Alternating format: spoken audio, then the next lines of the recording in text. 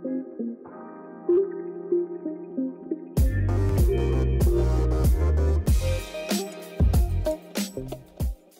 world, you're listening to SPARTIEcast.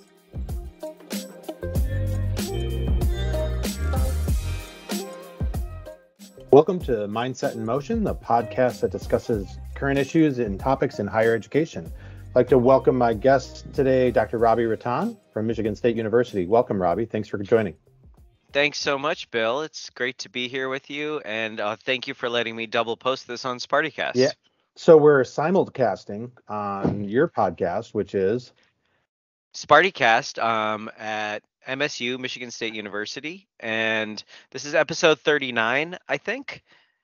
And you used to be at MSU, so I did. All the more reason for double SPARTIE simulcasting. Yeah, just for your SPARTIEcast listeners, I'm a two-time alum of the College of Education at Michigan State University, so great to be here with you too. So our topic today, Robby, is the metaverse and experiential learning in the metaverse in particular. We want to talk about all that it entails, and I'm really glad to have you on. This is your research area, if I understand. So maybe you could start by telling us how your career took you to, doing research and learning in the metaverse. That's a great question. And now in hindsight, I have the simplest answer, but I didn't really connect these dots until the last few months.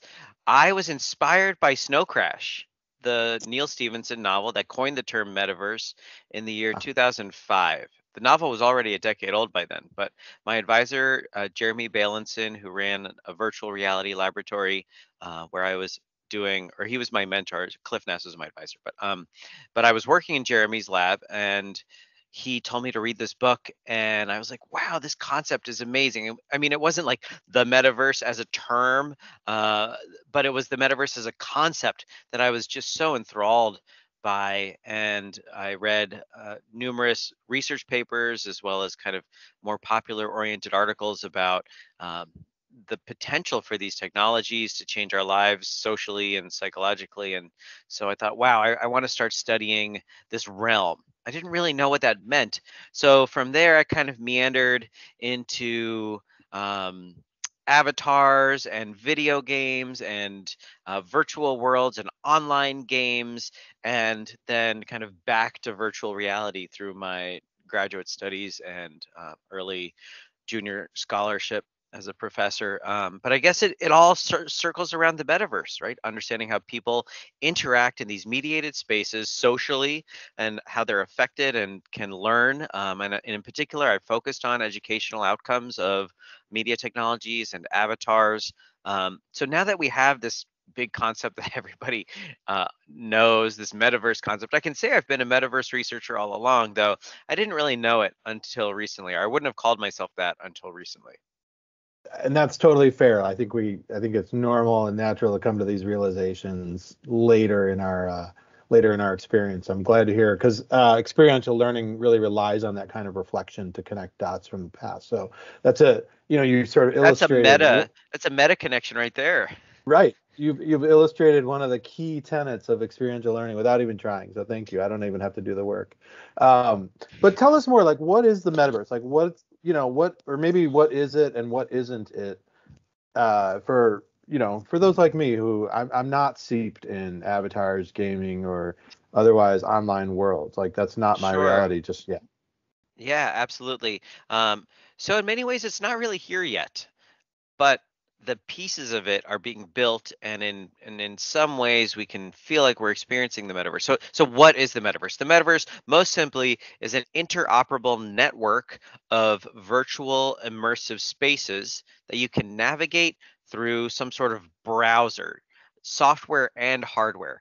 But the software side is like a web browser that you access through the hardware side, a virtual reality headset, or some other technology that kind of makes you feel immersed in that space.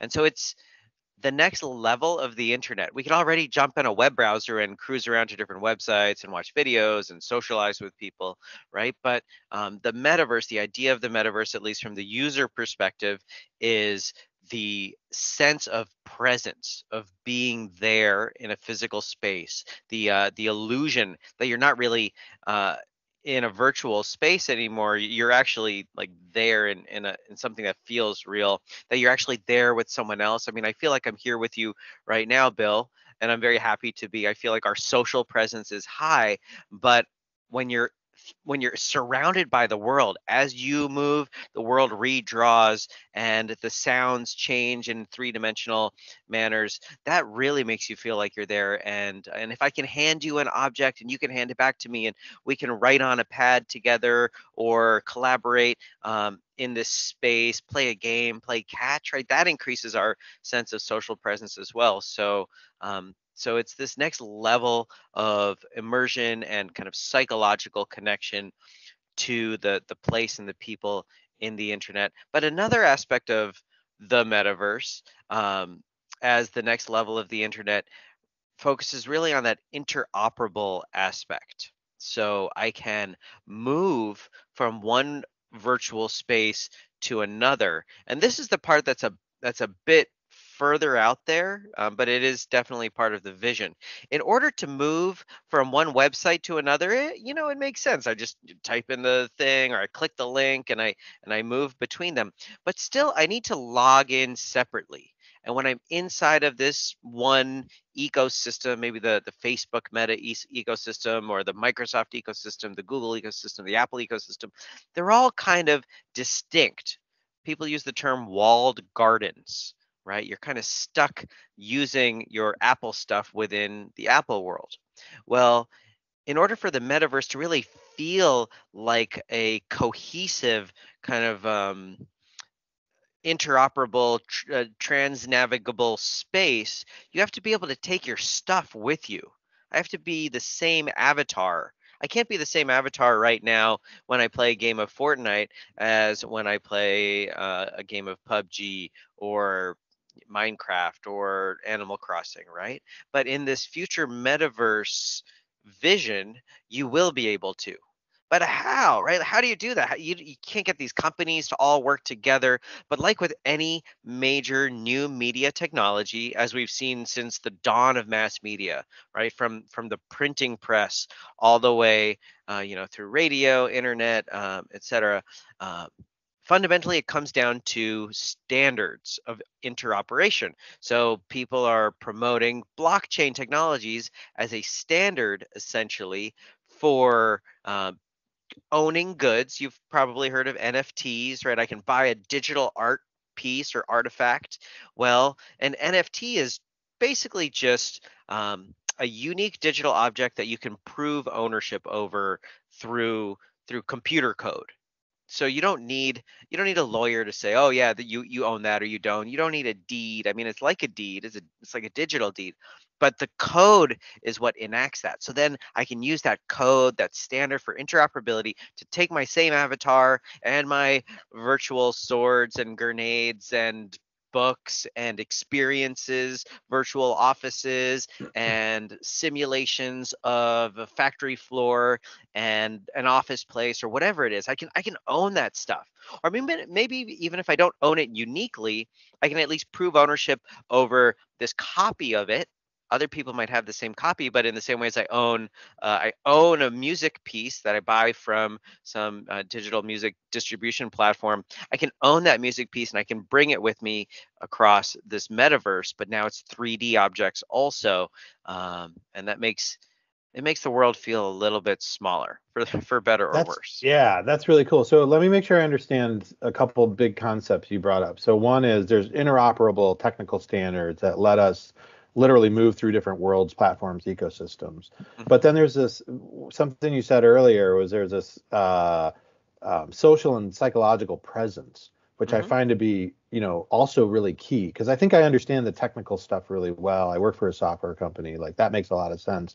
That being said, like the social and psychological presence really seems to make, the topic today, like learning in the metaverse, something that's additionally possible, additionally realistic for now and our near future. Is that fair? Am I getting that? Absolutely, absolutely. And it's the yin and the yang of of this technology, right? Like you need the technological infrastructure to make the social side work, and you need that demand, that kind of experience, that compelling experience of the social and psychological to create the resources to facilitate the technology. But if you we can, yeah, let's go into the social and So, psychological, because that's my area. yeah.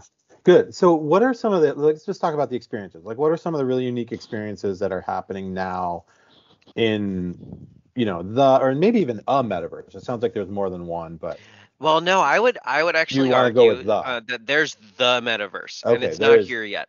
And the reason it's not here yet is because it's not interoperable yet. Got But it. people are working to make it interoperable.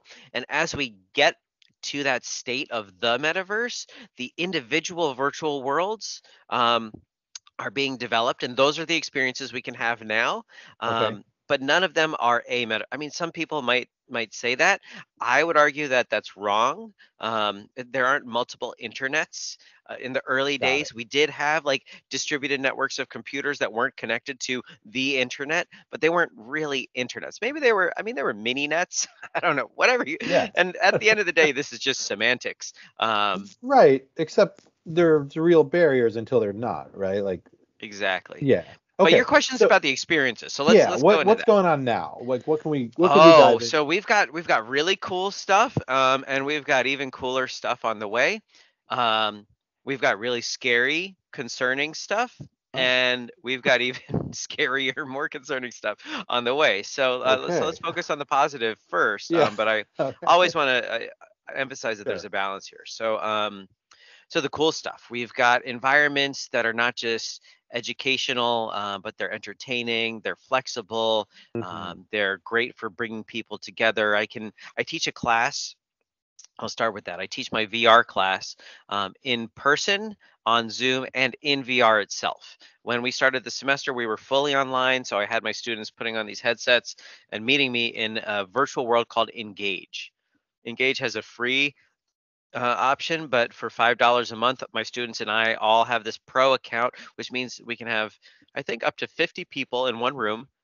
We can spawn objects from dinosaurs to flocks of birds to video screens, where I will put up a webcast essentially of their discussion questions and responses. So then we will have class in VR. I will respond to what they've said. I will facilitate discussion. We're all there together. Um, I find that it's way better than a virtual meeting, sorry, a video meeting, Zoom, because they're less distracted. There's no other screen in the background. There's no website. They can't be watching YouTube. Um, Huh. they're in the physical space, or well, the virtual space with me, but they wanted, like, it's boring to sit around and just sit there and listen to a conversation, right? So I let them play. In the beginning, I let them spawn objects, and we it was a kind of a test of the space. And we're talking about VR and avatars and our abilities to kind of interact there. So that made sense, but that got a little too distracting. So now I let them use digital pens. So they're all like doing 3D pens, and maybe they're writing stuff that's relevant to the conversation. Maybe they're just being funny, but they're not really distracting each other because they can all hear me. Oh, this is huge. Audio management is perhaps the biggest and kind of biggest unsung hero of a successful virtual environment. You Okay. need to be able to For hear people teaching in particular for or teaching, for for any. any kind of social interaction in VR. Yeah. Okay. You Just got to like be in good at audio. Absolutely. And when there's lots of people, and then maybe some of them are in the same room together, so there's feedback. And how do you manage, like, who hears what? Should the people who are standing close to me hear everything I say louder than the people who are far away? It might depend on the use case. Engage has some really great tools for that. You can select whether you want 3D audio on Mhm. or off. You can select kind of the radius of kind of volume, Mhm. and so those things are important. So I like Engage for teaching, and I'm using it because it was recommended by Professor Balinson, Jeremy Balinson at Stanford, who taught perhaps the first large class in VR. He had 150 students um, Actually, he's done it a few quarters now. So so it's a great platform. But there are other platforms like VR Chat, very popular platform. Also, like Engage, people get together, they hang out, but it's a little more socially oriented, so you can play games in the world and you can be all sorts of crazy wild avatars. In Engage, it's a little more professional, it's better for class, everyone's a human. Everyone, I mean, you can choose Okay. your height, but you range between, I think, 4'5" and 7 foot. I like to be 7 foot. We actually had all our students, I was like, if you're over 5'8", make yourself minimum height, and if you're under 5'8" in the world, make yourself maximum height. So we kind So of and flipped height and flipped talked your about height. Yeah. how it changed our perspectives. But What an in interesting set of concepts. yeah, in VR chat though, you can be a lobster or a mouse or a giant. So Okay. not as good for class, but Right. um Okay. So lots of various experiences, immersive tools getting developed. yep. So from an education standpoint, you are literally delivering class, Hmm. college level courses Hmm. or college courses, university Hmm. courses in the Yep, VR environment. that's correct. And then what's like give me an example, like what's the topic of your course? Like what's the name of your course? Sure. I think it's called Understanding Virtual Reality. It's a Okay. special topics. Sure. And we talk about well, the Proteus effect. That's an area of research for me that's very relevant. It's about avatars. Mm-hmm. So if you use an avatar that has certain characteristics, like it's taller Mm-hmm. or more attractive, it will influence how you behave. A taller avatar leads Interesting. people to negotiating more aggressively. A more attractive avatar leads people to having more social confidence. They'll stand closer to each other in the virtual environment. My favorite one is, and this one's been replicated multiple times, if you use an inventor looking avatar, lab code, clipboard, you'll actually come up with more creative ideas in a brainstorming task. Wow. Yeah, So that's we a can like cool one. tell ourselves to be someone we're not quite yet or something like that. It's subconscious, so Yeah. you don't really know that it's happening, and it's probably because subconsciously you influence your self perception. So you kind of Okay. associate yourself with the characteristics of the avatar, and then that influences how you imagine you should behave. In the same way Mm-hmm. as when we see someone else with certain characteristics, we imagine how they might behave to expect and anticipate their behaviors. So psychologically, it makes sense.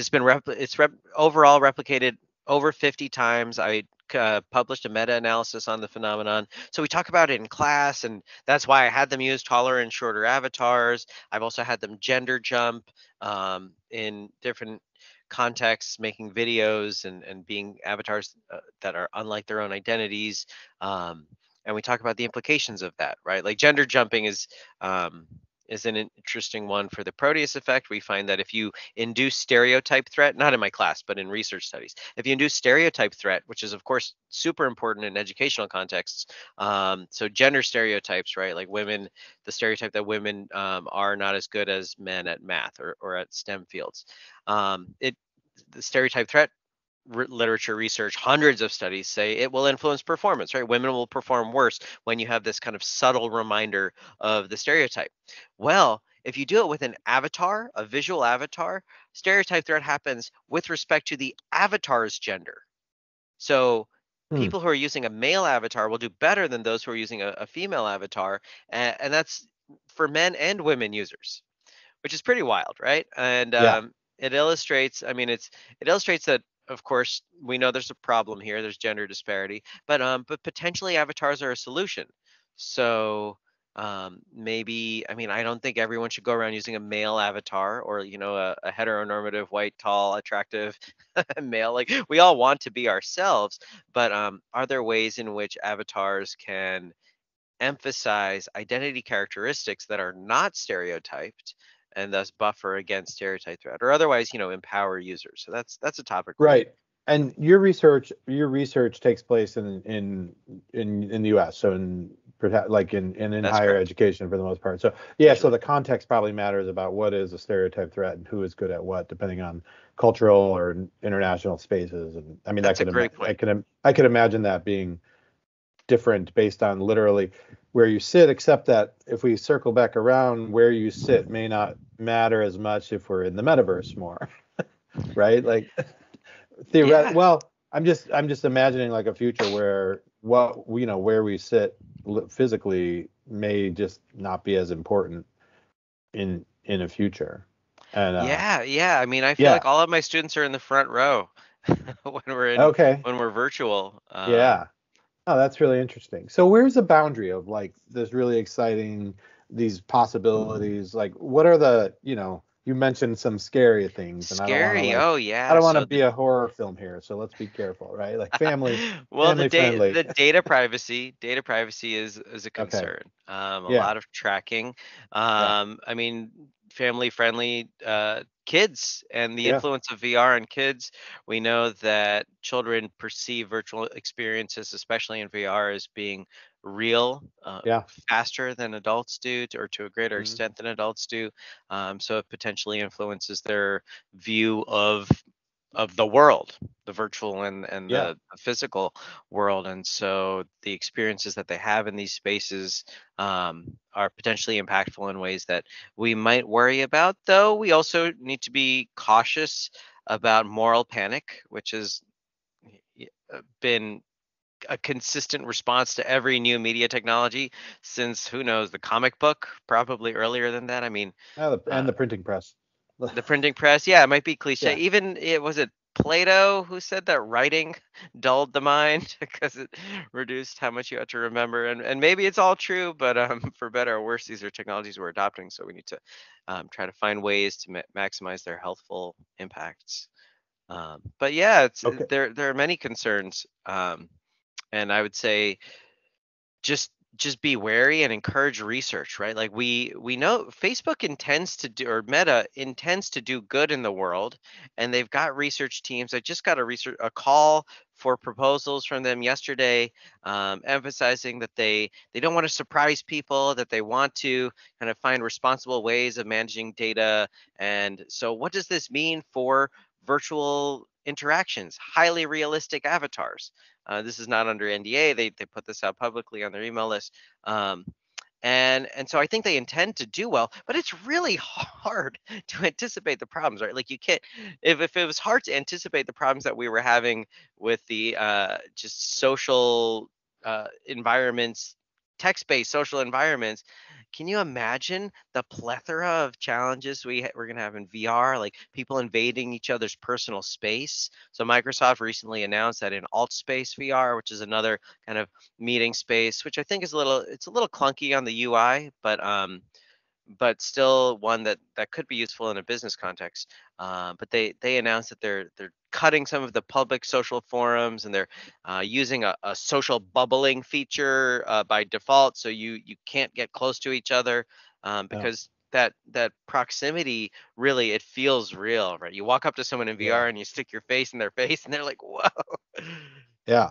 And so people in the headset or using a headset then like feel that psychologically that maybe too close talker or maybe Yeah, worse, somebody being, or touching. harmful or Yeah, even touching. touching. And Yeah. I play this game sometimes called Population One.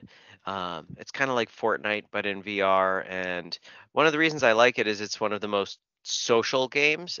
You end up, you're paired with strangers from around the world. You get to meet with them. So I I at least can tell myself and Jeannie, my wife, that I'm doing research when I'm playing, because I'm talking to people about their social experiences, from like grandpas to people who are Hmm. active duty military. Yeah. It's just a big range. And one woman there told, I was wondering, like, is it worse here? Is there more harassment here than you might experience in other types of virtual environments? And she said she wore a haptic suit, and she could feel when things touched her in the virtual world, and people would come up to her sometimes and grope her. It was Whoa. unwanted touching, yes, in a Yeah. virtual environment that she could physically feel. And so, I mean, that Yeah. is a major problem, right? And Yeah. we need settings in the same way as we need like privacy settings to know who your wall Right. postings are being viewed by. We also need kind of personal safety and security settings in virtual environments. And this is not Yeah. something that all the platforms are really doing yet, because there's no Hmm. kind of public discussion about it. So we need to be talking about Right. it. It's sort of like the comment section's gone really off the wall, and that could be Yeah, yeah. that could be really really harmful for some And not to spaces. stereotype 12-year-old boys. My son just turned 12 yesterday. There are a lot of 12-year-old boys in virtual environments who have blatant disregard for social norms because that's what you do at that age. Not to Right, but justify it though, but it's quite common. And so, yeah, yeah. that's a problem. So yeah, so where are the? I mean, the guardrails are going to be in settings. I mean, where are the human guardrails in this space? Where are the spaces where society is to some degree, and the good parts of society, the parts where we Yeah, have mutual respect and discourse in something like a public square, which I know is a contested yeah. idea, but like Well, where does it's a great that question. show up? And then because I want to get a little deeper into this educational layer, and none Yeah, of this isn't relevant, by the way. of I course. just I just want to like Please. set Yeah. set that up for our listeners. Like what are where are the guardrails, and then Hmm. how do we bring that into something like resembling what we understand as formal education, or do Yeah, we? yeah.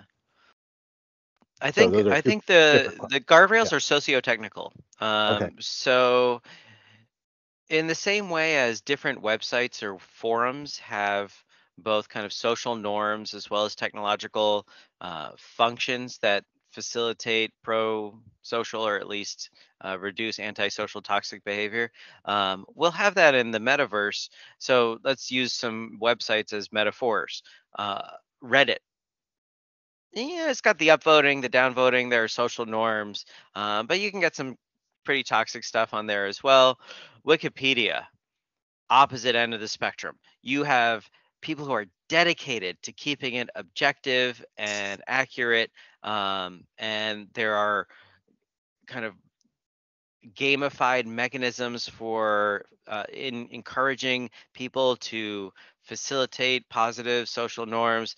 Other way opposite end of the spectrum, a place like 4chan you might have heard about, where it's encouraged to be toxic, and the Cool. the social norm is antisocial, and there's a lot of vitriol and hate speech on those platforms. So it depends by platform, and so then you need to choose your platforms carefully. Altspace, Microsoft, as I just mentioned, they seem to be prioritizing a business use case, which is great. Actually, it makes a lot of sense, and you would expect that the social norms are quite strong in the business world, and by extension, the education space, right? Like Okay. it's a very professionally oriented space.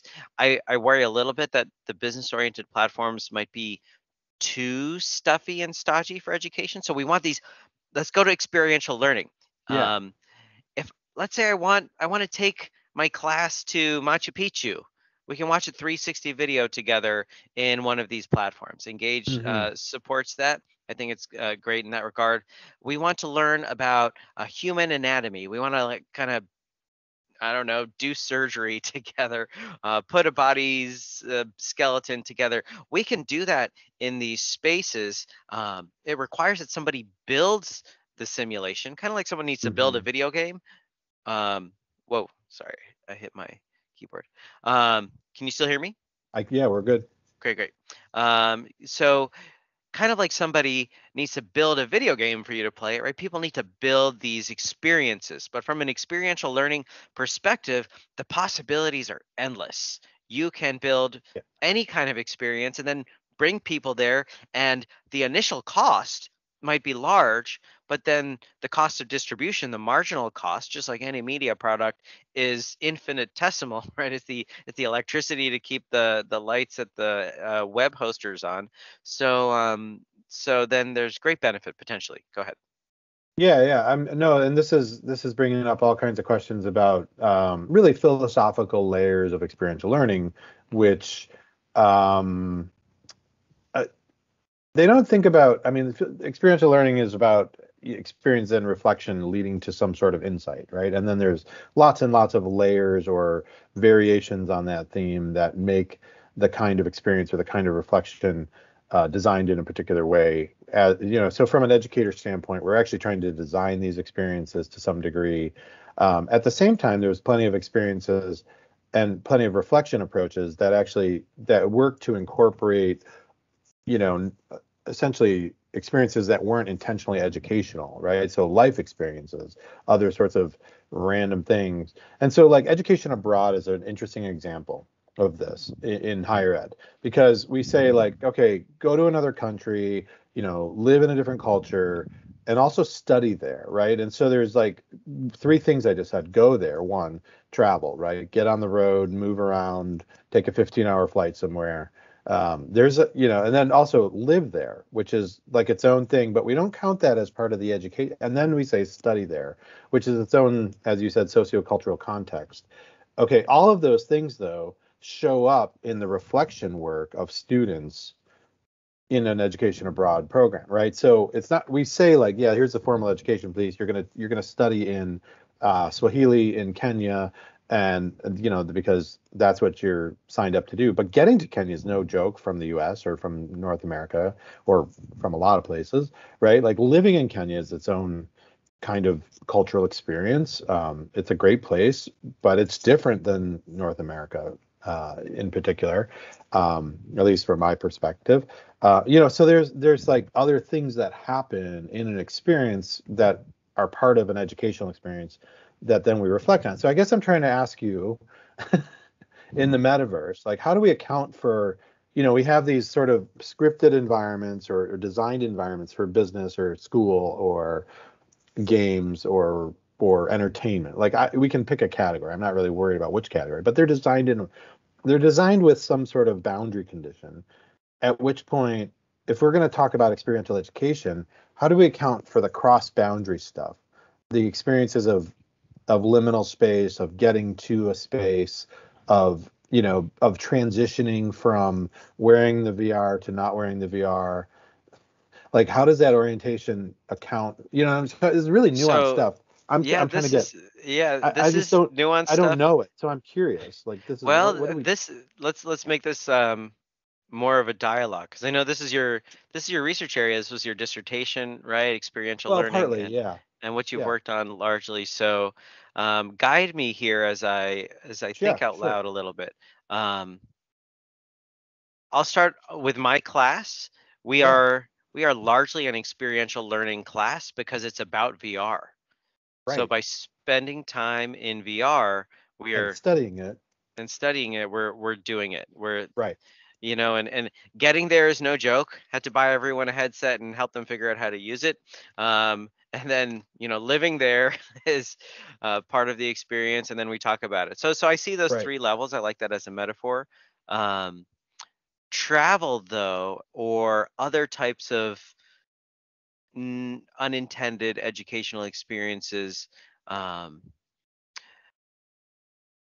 let's think about video as the Okay, metaphor.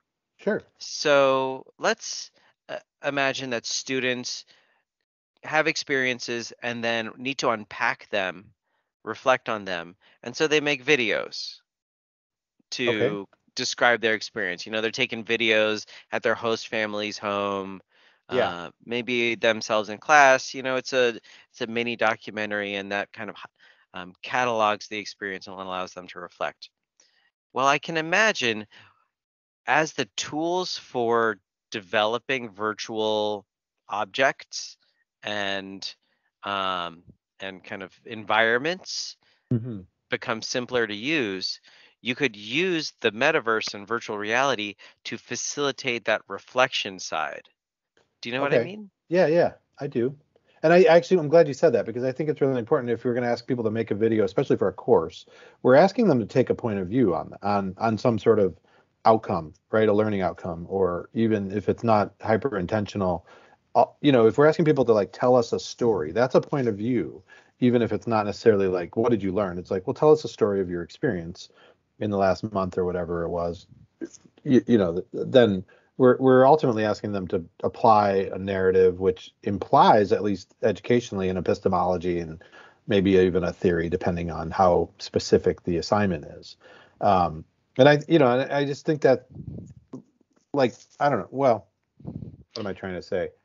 That's important from a learning standpoint, right? So if you're in a communications discipline or an education discipline, or you're in psychology or wherever you sit, you need to take a point of view at some point educationally, at least in Just like higher ed. writing a paper, right? Yeah, exactly.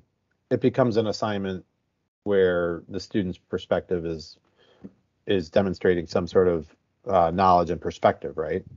So I'm thinking about peer review a little bit here. Is Sure. that a common method in experiential learning approaches? So let's say you go do that study abroad, you come back and you're in a class with a bunch of study abroad people, and Hmm. then they share their papers on their experiences and talk about them. Is that one way to reflect? Well, I'm not sure how frequently that design you just mentioned actually occurs, but in writing classes, peer review is a huge deal. Like, so anytime, like for learning to be a writer, like in a rhetoric or writing class, like, being able to read and evaluate and receive and then evaluate the feedback you get is a Yeah, huge deal. So, yeah, and that often happens through peer review. There's some really excellent technologies that absolutely. facilitate peer-to-peer feedback Yeah, yeah. that are both So meta reflective and educational. yeah, yeah. So I guess where I'm going with that Yeah. is and I've done peer review with papers. I've done peer review with videos. I've had my students kind of develop video essays and then peer respond to each other's in groups.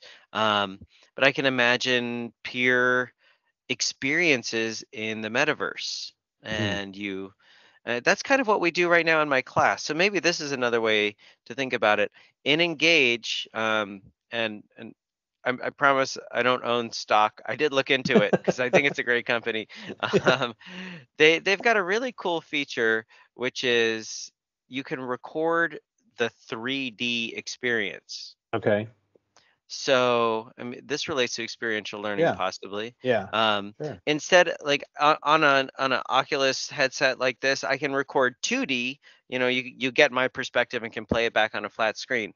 But in Engage, I can record the 3D and then I can play it for other people to come inside and see the conversation between two people and the objects in the room, kind of like um, being part of a performance. So I have my students do this. They make Mm. videos of themselves doing things in Engage, and then we either watch it on the 2D flat screen or we can jump in the 3D world.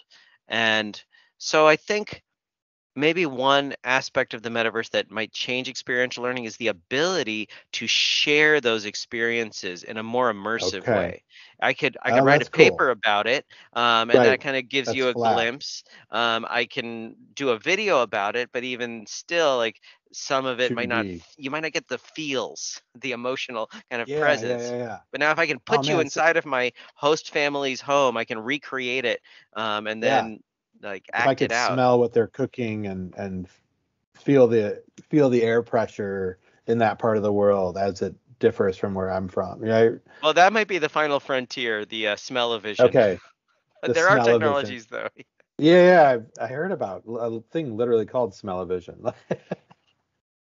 Like it's starting where you can taste your TV. I heard about it on, my one of my favorite radio shows, Wait, Wait, Don't Tell Me. Oh, yes. Yeah, yeah. So I know it's true. So institutions, right? They're going to be different, right? To support this kind of education. And I know you are a professor at Michigan State University, which is because I was there. I know it's a huge physical place. There's like 500 buildings, and there's lots of roads and green space, and there's a river on campus. Like all of that physical stuff, right? That evolved over the last 150 plus years as to be what it is for a lot of reasons. Mostly though, to put people together in the learning space. But right, like that institution in this conversation looks radically different. What are we going to be talking about? I mean, what do institutions, especially brick and mortar campuses, gonna be like, in the metaverse? That that is an important question and one that I spent a lot of time thinking about, and I don't have an absolute answer. I have some optimistic answers and some pessimistic answers. Cool. Uh, Let's hear one of each for now, and we'll sure. start there. Optimistically, we can, as institutions of higher learning, dramatically scale up our our service. We can Yeah. lower tuition and give access to students around the world to high quality education. It's not just Zoom classes, it's in VR, so you really feel like you're there, you're getting your instructor's full attention.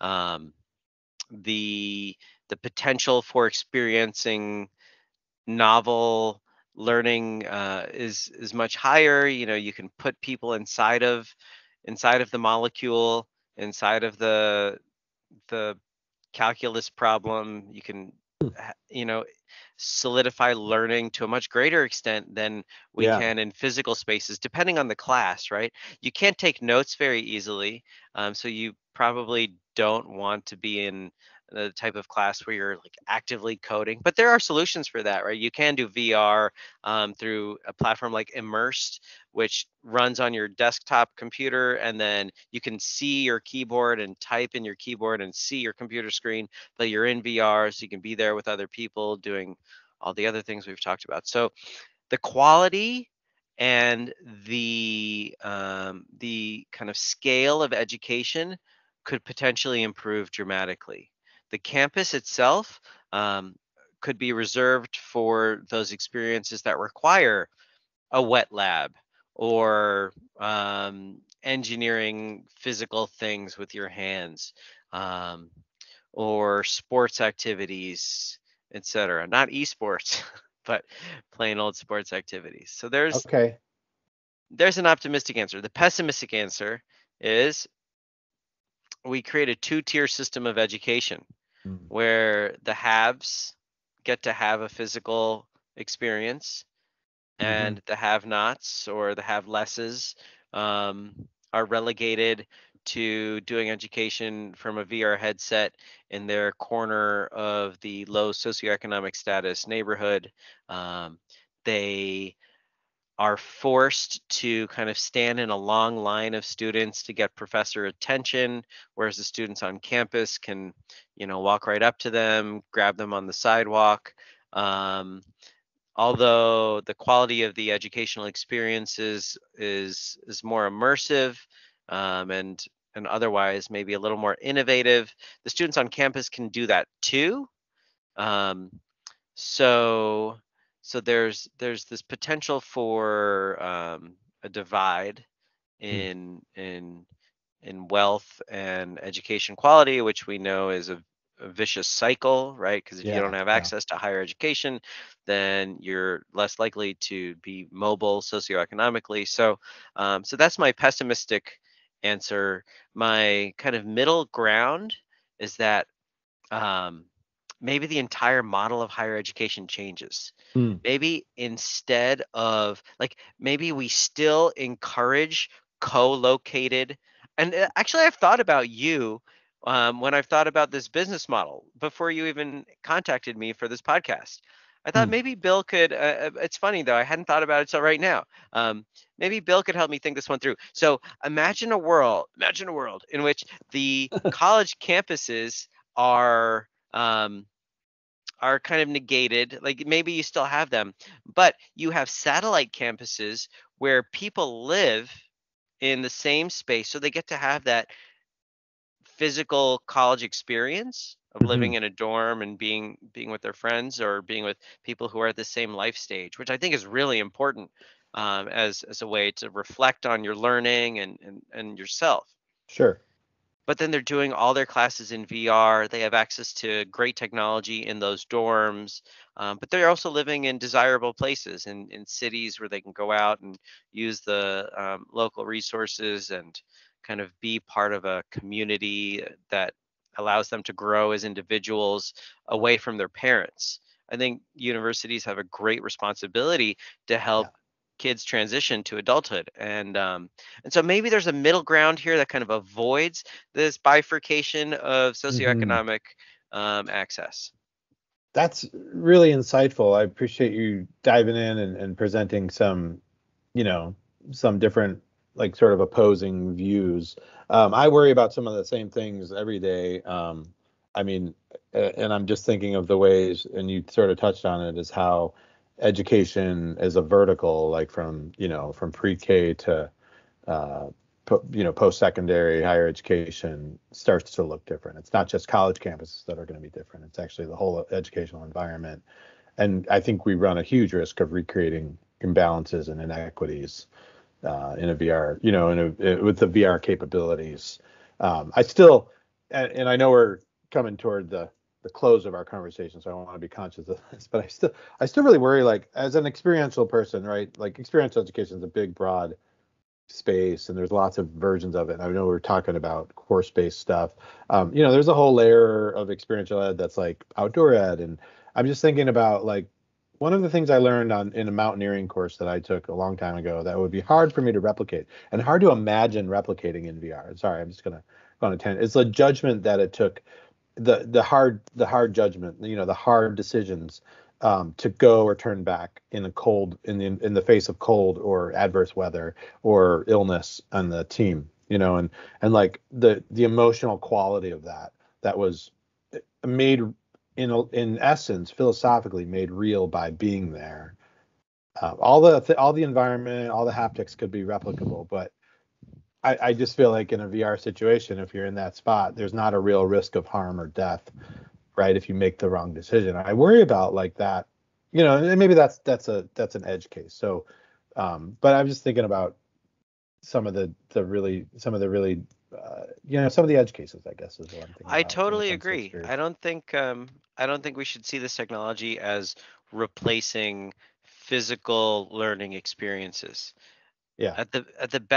At the best case, we see this technology or the metaverse as replacing other mediated experiences that we already Okay. engage in already too much, right? Like we are imbalanced in our mediated lives, and that's not healthy for many people in many cases. We need to get outside. We need to eat healthy foods.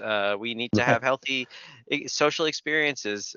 So I definitely do not advocate the overuse of this technology as a replacement, especially for physical experiences. But we could use it to supplement those physical experiences. You get back Sure. from that mountaineering trip, and you kind of create a virtual essay that other people can experience if they don't have access to the mountain. Yeah. That was always the hard part too. And same with education abroad. Is like, how was it? And they're like, it was great, except that leaves out a lot of nuance for the people listening. And it's also hard. That's pretty well documented that people go on experiences like that have a hard time talking about it because there's so much feeling and tactile and interesting emotional layering that goes into that. Um, so let's come to a close here. So I just want to ask you, this is our Mindset in Motion podcast, and I know we're on SpartieCast as well. So shout out to Spartans, go green. But Robby, how has your mindset changed as you've spent more time studying and experiencing the metaverse? Oh, that's such a good question. Well, I think I've gotten very excited about promoting this technology as a force for good and potential good, and increasingly wary of the potential negative consequences. Hmm. And um, I'm reading my kids the Sapiens graphic novel right now, so the notion of subjective realities or interrealities is fresh in my head. And so I think um, in many ways, this technology will become what we choose to make of it. And if we go at it blindly, like I didn't realize how wary of capitalist kind of motivations um, I am until thinking through what some of the negative consequences are. But at the same time, my mindset has gotten even more optimistic about the potential for solving some social inequities, right? Increasing access to education, um, high quality education and technology. So, um, Yeah, I would say it's been somewhat polarizing. As you can tell, I've tried to convey two sides of many of my thoughts here, optimistically and pessimistically. It's been but it's been a catalyst to intensifying some of my feelings there. Well, Dr. Robby Ratan, thanks so much for being our guest on Mindset in Motion and for simulcasting on SpartieCast. We're really excited to have this conversation. I'm intrigued. I kind of want to follow up. I hope we can do that sometime when we have another hour to spend together. Yeah, absolutely. Thank you, Dr. Bill Heinrich, for having me and for thinking of me in this realm. And I do hope we get to chat again. All right. Take care. See you soon.